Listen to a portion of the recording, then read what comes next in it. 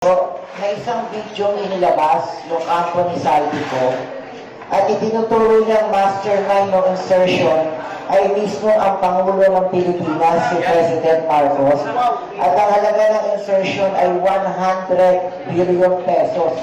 At ito ay pinagpulungan mismo ng kasama si BBM Secretary Pangandaman, Mina, at saka si Speaker Romualdez na mayroon din approval, at the same time si Yusef Bersamin.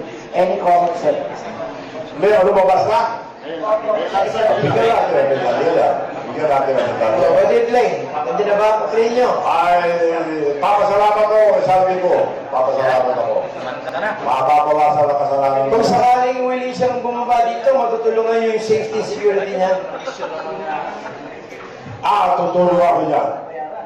Hindi dapat gobyerno Kung may message ka nga kay Saldico. Taong bayan.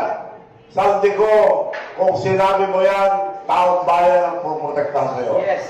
Magaling ang desisyon niyan.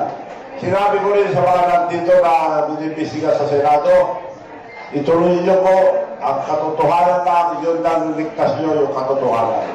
Yan lang ligtas mo, Congressman Saldico. Sinabi mo ang totoo. Thank you and congratulations.